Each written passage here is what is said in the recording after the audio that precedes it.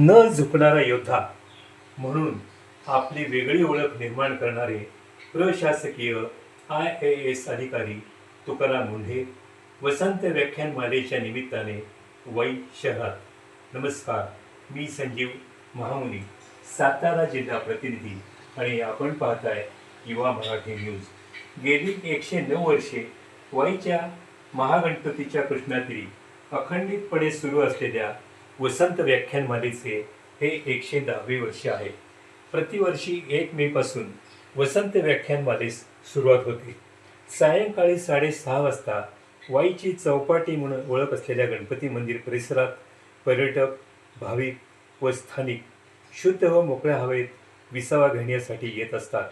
वसंत व्याख्यानमालेत अनेक नामवंत दिग्गजांनी हजेरी लावलेली आहे.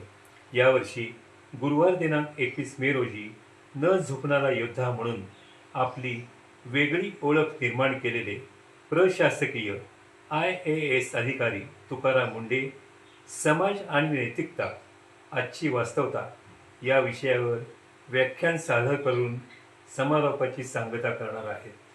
विशेष म्हणजे 21 वर्षात 25 बदल्या झालेले हे प्रामाणिक प्रशासकीय अधिकारी म्हणून त्यांचा गौरव होतो.